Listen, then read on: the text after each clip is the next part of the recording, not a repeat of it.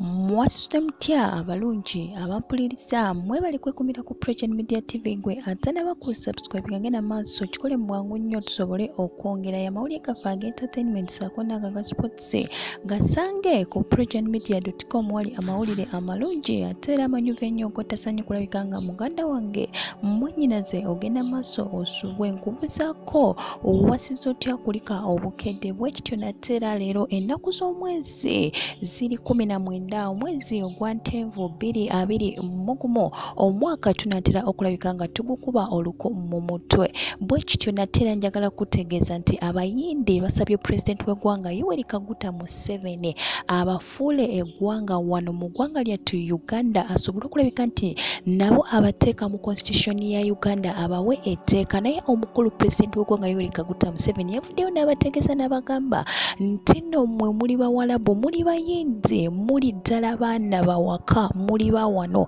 lwakuba tetunaba kulabika nga tubateeka mu constitution ya Uganda naye buli omu abamanyi teri n'omu atabamanyi wano mu Uganda bannayuganda bonna babamanyi bulungi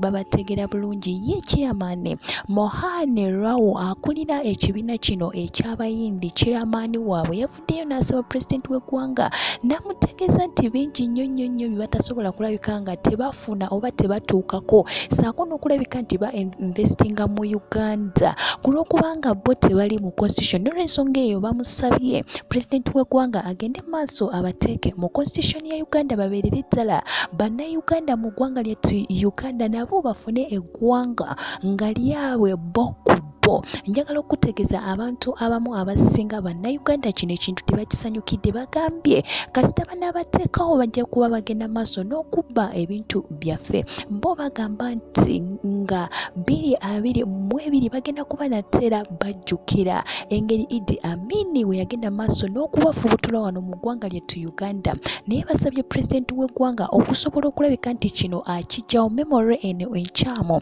agijjawo mu mitwe gyabwe asobole okulabika nabo abateeka mu constitution ya Uganda nabo babeere nga mu mateeka bayinamu omukono ate nga nabo mu ggwanga lyettu Uganda bayinamu eggwanga we batyo bagenze maaso ne basaba president w'eggwanga Yoweri Kaguta Museveni yate n'abagamba teri n'omu atabamanye naye ekisigadde kyakulabika nti babateeka mu constitution ya Uganda officially oba mu mateeka kiriwa ekigenda okuddirira oluvannyuma lw'abayindi okusaba ensonga eno nja kuba nakyera nkikutuusaako wano ku Progen Media TV tosaanye kulabika nga ovaawo weekuumirewo kubanga amawulire ge tulina olunaku olwaleero mangi nnyo tosaanye kugasubwa kamale osooka onywa no ku twendo tw'amazzi kanzije tova ku Progen Media TV.